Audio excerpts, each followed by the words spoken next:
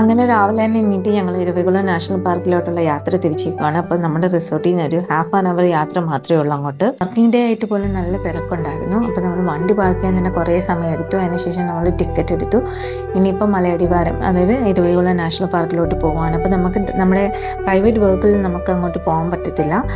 Tourism വകുപ്പ് തന്നെ ഇവിടുന്ന് വെഹിക്കിൾ അറേഞ്ച് ചെയ്യുന്നുണ്ട്. ആ ബസ്സിൽ കയറിയിട്ട് വേണം നമ്മൾ പാർക്കിൻ്റെ അവിടോട്ട് പോകാനായിട്ട്. പോകുന്ന വഴിക്കുള്ള കാഴ്ചകൾ ഗംഭീരമാണ്. തേയിലത്തോട്ടങ്ങളുടെ ഇടയിലാണ്. നമുക്കൊരു 10 മിനിറ്റ് ഈ ബസ്സിൽ ട്രാവൽ ചെയ്യണം അവിടെ വരെ എത്താനായിട്ട്.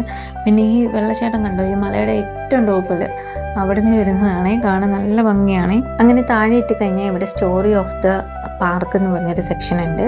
അവിടെ കയറി കഴിഞ്ഞാൽ നമുക്ക് ഈ പാർക്കിൻ്റെ ഹിസ്റ്ററി, ഇവിടെ ഏതൊക്കെ ടൈപ്പിലുള്ള മൃഗങ്ങൾ, പക്ഷികൾ, പ്ലാന്റ്സ് ഒക്കെ ഉണ്ടെന്നുള്ള ഡീറ്റെയിൽ ആയിട്ടുള്ളൊരു വിവരം ഇവിടെ അവർ കൊടുത്തിട്ടുണ്ട്. അങ്ങനെ അതൊക്കെ കണ്ടതിന് ശേഷം ഞങ്ങൾ പതുക്കെ പാർക്കിനകത്തോട്ട് നടന്നു.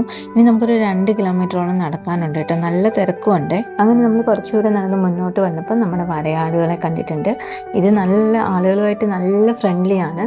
നമ്മളിന്ന് കണ്ട പേടിച്ച് ഓടുകയൊന്നും ചെയ്യത്തില്ല.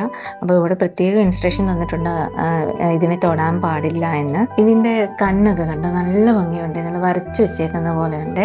അപ്പം ഞാൻ ആദ്യമായിട്ടാണ് ഇവിടെ വരുന്നത്.